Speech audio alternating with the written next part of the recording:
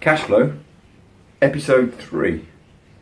Now this is July, it's cash flow month. I'm John from Small Fish Business Coaching, and I've made July cash flow month. In episode 1 I talked about deal flow, how having enough marketing and sales so that the business keeps coming in is of course great for your cash flows, bringing cash and profit into the business. I also talked about how an important part of that is having enough margin so that your work is profitable, so that it does bring money into the business and leave some left over for mistakes and for you.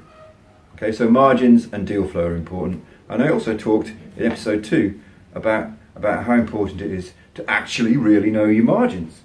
You know, not to have your pricing and your margins based on guesswork about what your costs are or assumptions, but to actually go through and check. So check on the way in as you do your quotes, and then check again on the way out after you've done the work, whether you did actually make that much profit, whether you did actually take as long or use as much materials as you quoted for. So today we're talking about dragging your money in, right? And this is another way you can help your cash flow.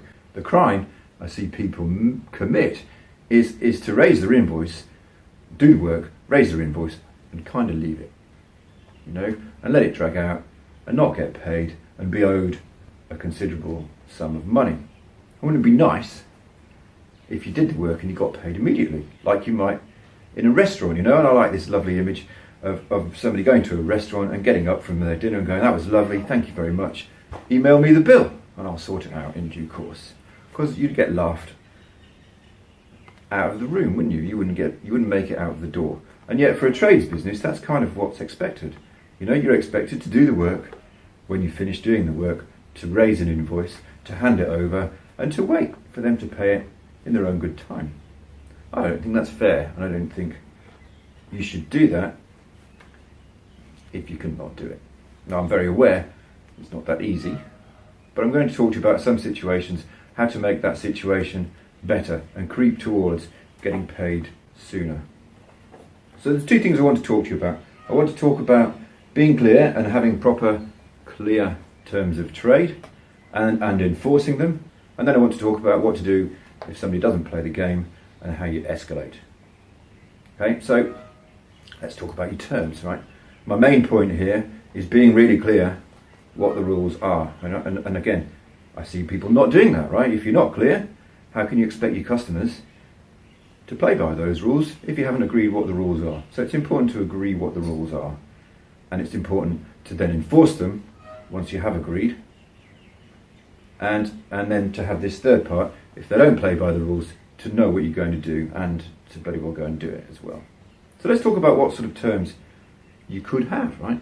If you do small jobs, whether it's to consumers or to businesses, I see no reason why you shouldn't demand payment on the spot as soon as the job's finished, before you leave.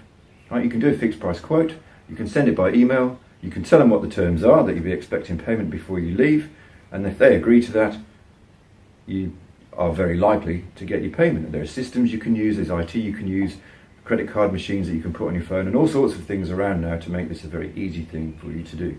So I see no reason why you wouldn't do that for almost all your jobs. It's more difficult if you're doing large projects, building houses or swimming pools or what have you, when you might have progress payments or commercial projects. But if you've got progress payments, you need to have very clear terms that say something like, if you miss a progress payment, we'll stop working. And then you need to stick to your guns.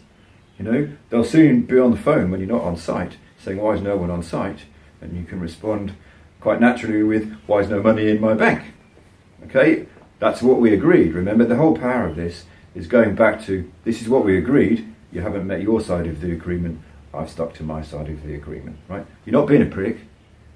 You're sticking by the rules that you agreed up front, which goes back to this: be clear, write the rules down, make sure your customer has understood them, whether it's a consumer or a builder or a business.